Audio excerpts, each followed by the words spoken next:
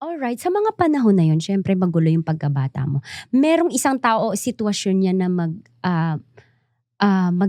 nagsabi sa'yo na, "Okey tama na, magbabago na ako." Actually, may sarili ko lang. Sarili mo? Ito yung time na after ko ma-dengue, nung pangalawang dengue ko ata. Wait nga, akit ko nga konti. Yan. Yan. After nung pangalawang dengue ko, and paglabas ko rin ng pangatlong rehab ko ata yun.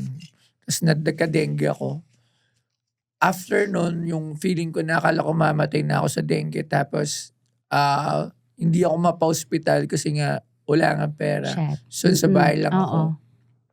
Mga ilang araw ako hindi nalabas ng bahay for a week. Kasi nga yun lang yung, wala doon lang Walang talaga. kaya, oo. So, sasaksakan lang ako, uminom lang ako ng mga gamot, something ganon, di ba?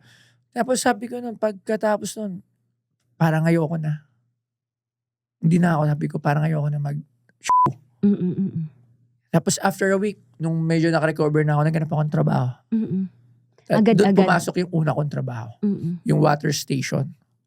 Nag-water station driver, pedicab driver. So, yung panjak lang.